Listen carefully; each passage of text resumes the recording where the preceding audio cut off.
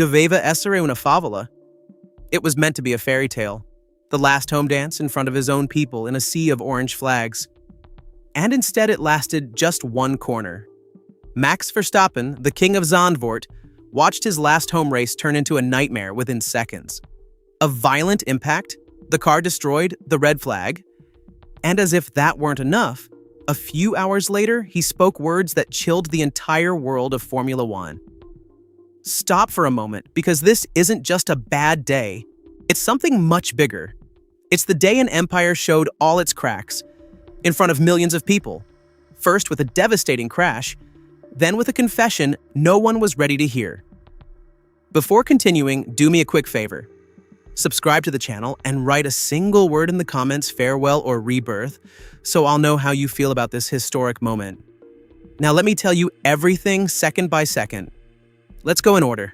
Picture the scene.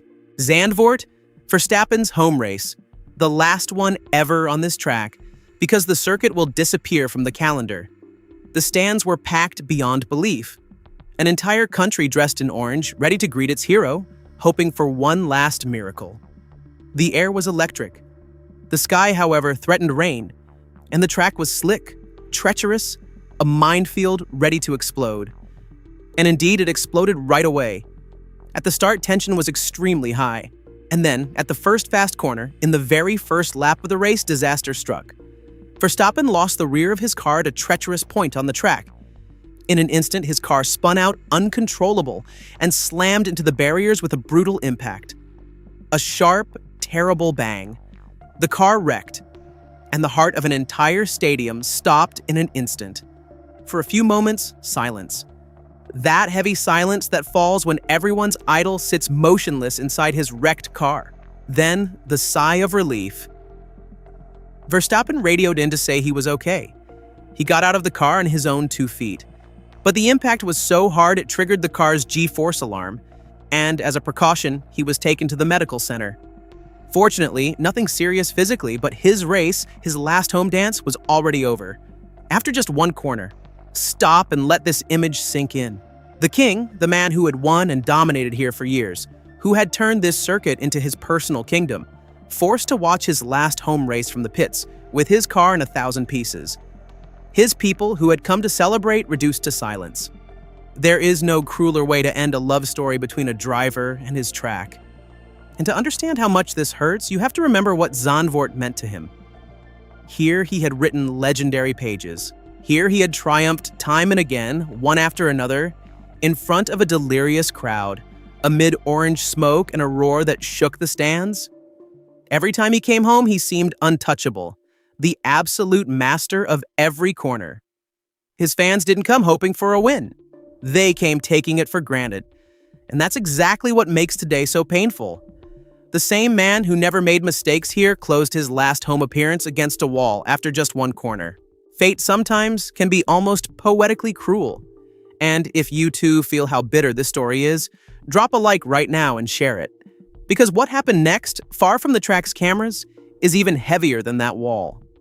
Because when Verstappen came back to the paddock, they asked him to explain the situation.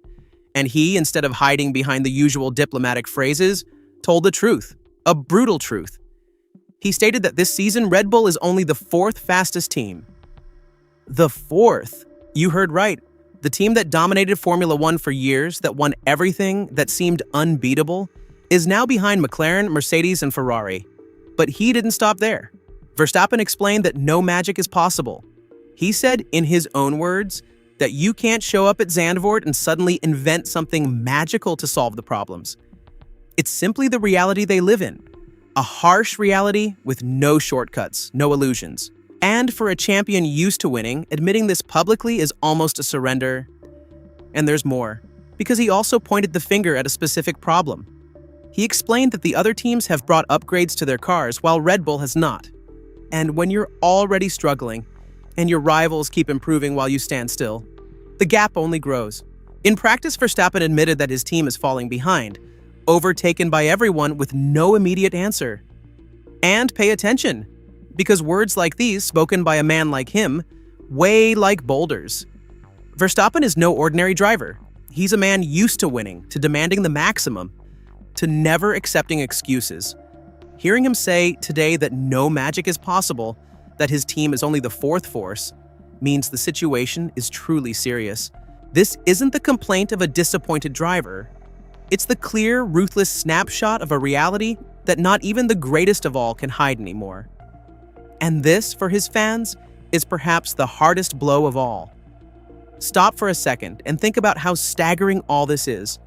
This is the same man who just a few days ago signed an extremely long contract with Red Bull through 2030. And now within a few hours, he finds himself crashing at home and publicly declaring that his team is only the fourth force in the championship. An almost unbelievable contrast. On one side, absolute loyalty, signing for the future.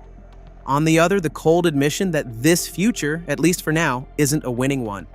And this opens up a troubling scenario, because Verstappen has tied himself to this team for many more years, convinced he can return to winning. But what happens if Red Bull can't climb back quickly? A champion hungry for victories, locked into a project that isn't working, is a ticking time bomb. And his words today, so direct, so raw, sound almost like a warning to his own team. As if to say, I've done my part by signing, now it's up to you to give me a car worthy of me. The pressure inside Red Bull has never been this high. And here comes the poisonous question, the one nobody wants to ask out loud. Is Verstappen simply being honest and realistic, as is in his nature? Or are these words the first true sign of deep frustration, of a champion starting to grow tired of fighting for scraps? Because it's one thing to accept a bad day. It's another to publicly admit that your team has slipped this low. I'm not selling you certainties. But when the strongest driver in the world speaks this openly about his team's crisis, something inside that garage has truly cracked.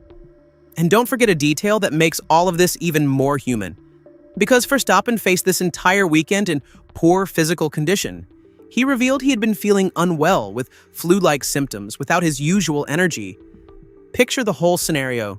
A feverish champion inside a car that won't respond, in the rain on the most emotional and symbolic weekend of his season. Everything, absolutely everything, seemed to work against him. And now think about what this means for the rest of the season. Because the break now arrives like a blessing. Verstappen himself said he's looking forward to a week off to recover from the illness.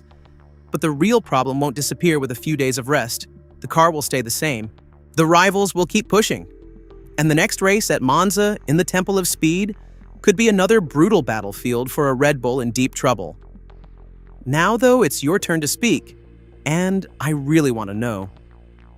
Do you think Verstappen's words are just the honesty of a realistic champion, or the sign that his patience is running out? And this crash at home, in your view, is it just bad luck from the rain, or the perfect symbol of a team losing control of everything? Write it in the comments. I want to read every one of your words unfiltered. And before we say goodbye, one last thought. If you think this is the day that marks the end of an era in Formula One, hit the bell and stay with us, because we'll bring you every single move of this story as it happens. The truth is simple. In a single day, the king destroyed his car in his own home temple, watched his last dream vanish in front of his people, and admitted to the entire world that his team isn't what it used to be. The wall stopped his race.